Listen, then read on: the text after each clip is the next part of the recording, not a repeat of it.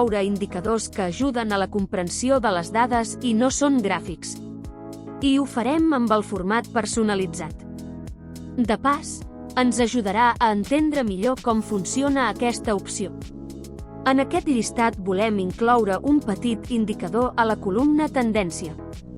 Començarem escrivint una funció. Signe igual. Funció si. Obrim parèntesis. D8 és major que E8.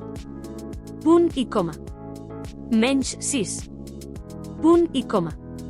5. Tanca el parèntesis. Curiosa sintaxi, pensaràs. La funció fa que aparegui un 5 si les vendes han crescut d'un trimestre a un altre i un menys 6 si han baixat. Ja pots estirar la funció per la resta de la columna, obtenint un grapat de 5 i menys 6. No perdis la selecció.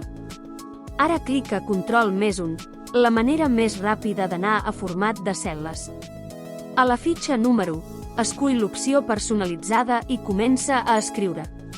Obre Cloudator. Azul. Tanca Cloudator. Punt i coma. Obre Cloudator. Rojo. Tanca Cloudator.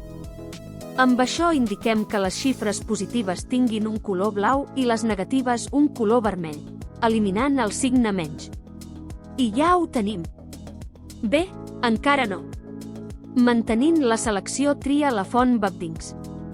Aquesta font ens proporciona símbols. Ara sí. Tenim indicadors de tendència basats en caràcters.